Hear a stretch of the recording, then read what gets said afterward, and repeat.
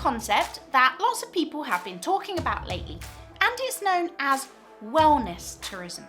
So I thought today I would make a quick video to tell you all about this wellness tourism business, this industry, and where can we go for wellness tourism and why is it so good?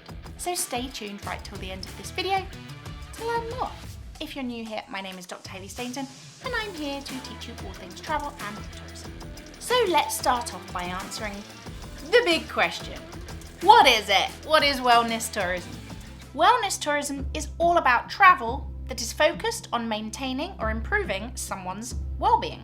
This may be physical or mental. There are different types of wellness. Activities may be spiritual, physical, or psychological, but they will all promote health and wellness in some way or another. So this industry has been growing in popularity in recent years, but why? What's changed? Wellness tourism is growing exponentially. From 2015 to 2017, the wellness tourism market grew from $563 billion to $639 billion, which is around a growth rate of 6.5% per year. This is actually double the growth of tourism overall, according to the GWI. And they predict that this market will soon reach a huge $919 billion, and it will represent around 18% of tourism globally. Wellness tourists can be split into two categories, primary and secondary. Statistically, primary wellness tourists spend 178% more money than your average tourist does when they travel domestically, and 53% more when they travel internationally. There are a number of reasons why wellness tourism is growing so fast. First, there is the general move away from the typical sun, sea and sand package holiday model that has been the focus of travel for many people throughout the years, towards a more alternative type of tourism. Alongside this, there's an increased awareness and importance that has been placed upon well-being in general throughout society. People are more health conscious than they have ever been before, and this is reflected in tourists' holiday choices. And it's actually a really important industry too. Let's find out why. Wellness tourism is going from strength to strength. But why is it so important? The number one reason, of course, is that it improves people's well-being. Whether this is by teaching them to eat healthily, or giving them space to heal from a particular trauma, there are many reasons why somebody would want to go on a wellness-focused holiday. By offering space for self-improvement, we end up with a healthier population overall. People who are less stressed, fitter, more knowledgeable about their nutrition. All of this is very important for society. Wellness tourism is also helping to preserve cultural traditions in certain parts of the world.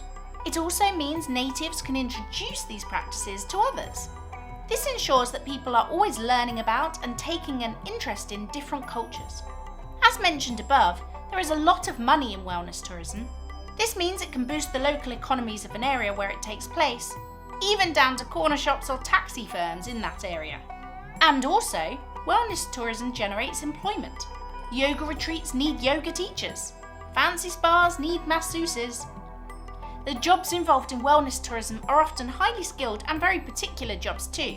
With retreats opening up in more remote places, it makes the area more attractive to young professionals.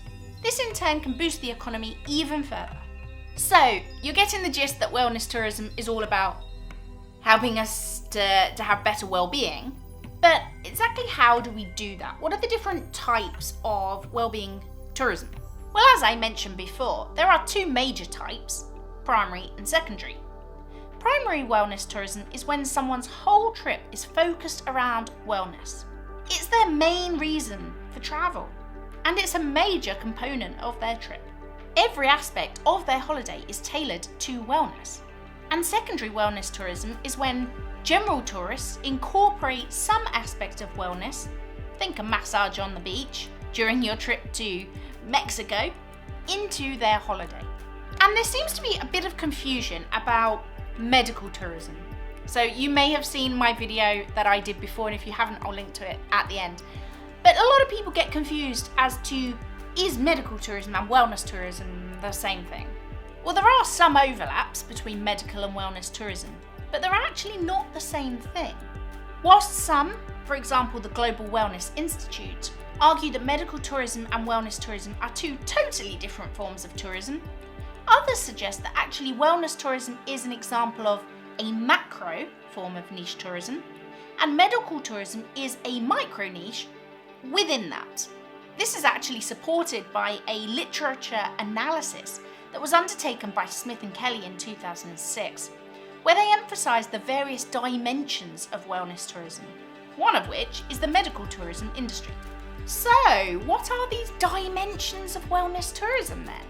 The dimensions of wellness tourism include medical or cosmetic, such as hospital visits and clinic appointments, corporeal or physical, such as spas, massage, yoga, escapism and relaxation, which can include visits to the beach, the spa, the mountains, hedonistic and experiential, such as festival spaces, existential and psychological, such as holistic centres that are focused on self-development and philosophical contemplation, spiritual, such as pilgrimage tourism, New Age events, yoga retreats, and community-oriented, such as volunteer tourism and charity ventures.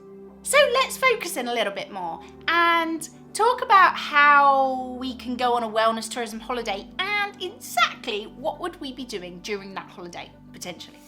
Well, there are many activities that make up wellness tourism.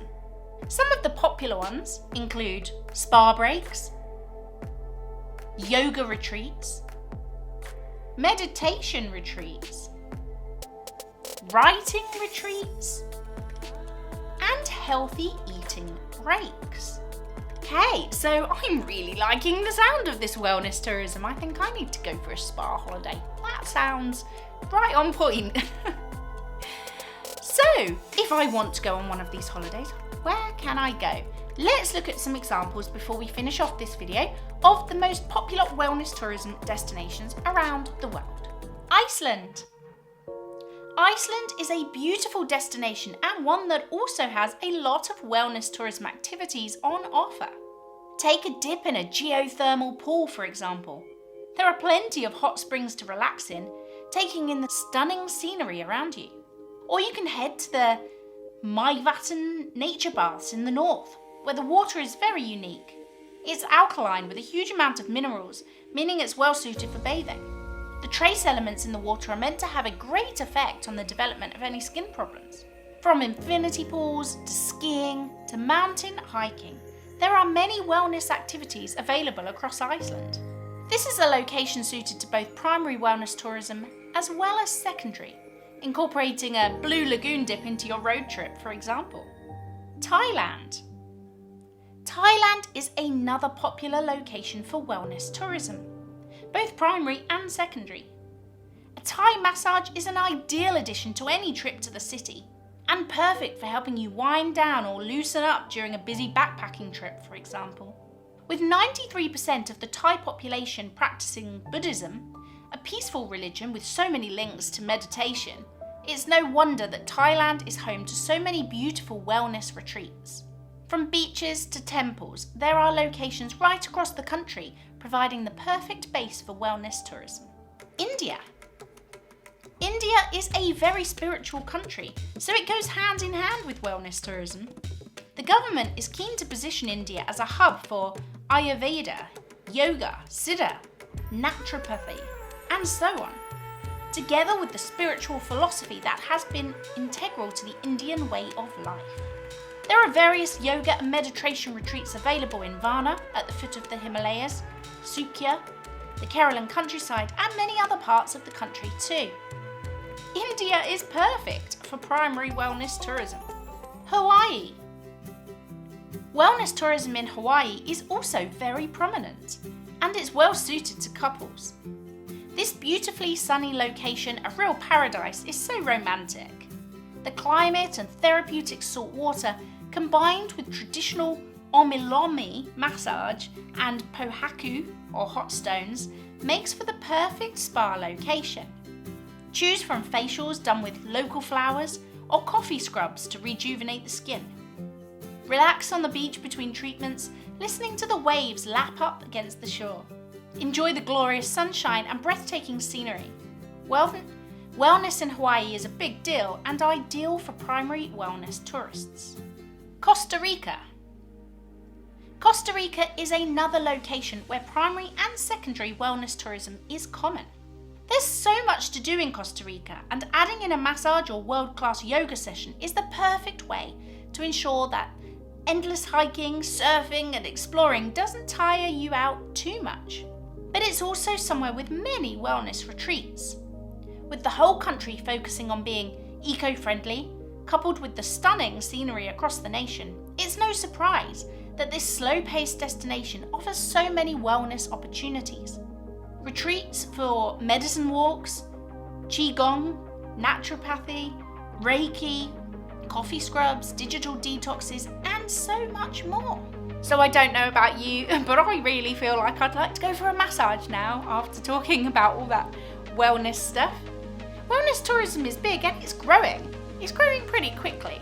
So if you are interested to learn a bit more about other tourism types that are growing quickly too, I've put some videos here and I'm sure you will find them very